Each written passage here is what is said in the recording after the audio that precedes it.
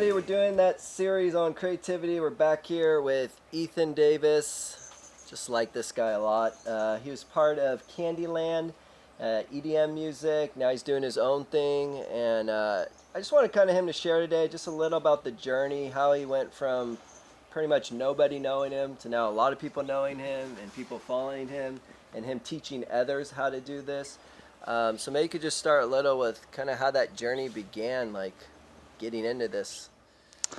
I think the world would see it as a lot of luck, and I would classify it as a lot of favor, I guess. Awesome, man.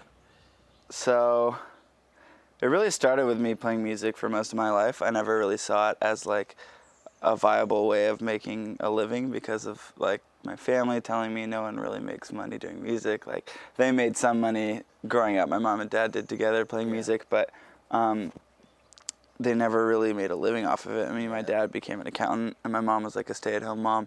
Okay. So for me, I just figured I would play music on the side. Sure. But it was like all we had to do at my house for a while. As soon as my dad got rid of the cable, we just had instruments to play. So that's kind of cool. Yeah, so I mean, I got fairly good as a musician, and then I met Josie, who was the other half of Candyland. She still is. And we ended up becoming good friends, and we really got into electronic music, which was just blowing up at the time, like just getting really big.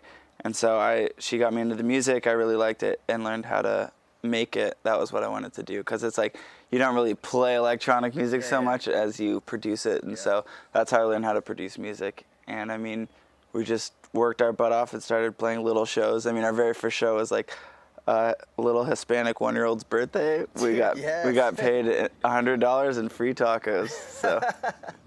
So we went from that to playing for like 5,000 people sometimes and stuff like that. Yeah. And do you feel like you've just kind of followed your passion? I mean, kind of you've had a passion for this. It wasn't like something you're like, whoa, people will like this if I do this. It was more like, no, I really like this. Yeah, I think it was a combination of both, because it was like finally I was like, I have a voice now that people will actually listen to, Yep.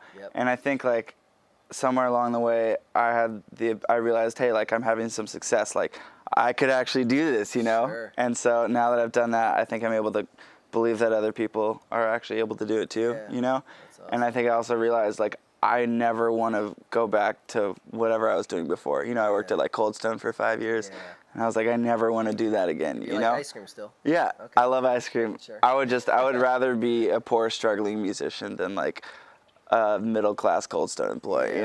Yeah, totally. And just for the people out there, maybe just kind of just share, how do you get inspiration? How do you get like kind of encouraged when you hit kind of like a roadblock? What do you do? Well, I kind of see it as like, if you believe in God, you probably believe that He created us, and that I believe that we were made in His image, and we were made to create stuff too. And like that's pretty much why I'm here, is like to show people God and like to love them, but also to create things, because that's what I believe I was made to do. So if I'm not creating stuff, I'm like, where's my identity? Like, what am I doing? I feel like I'm almost wasting my life, when I don't create. Awesome.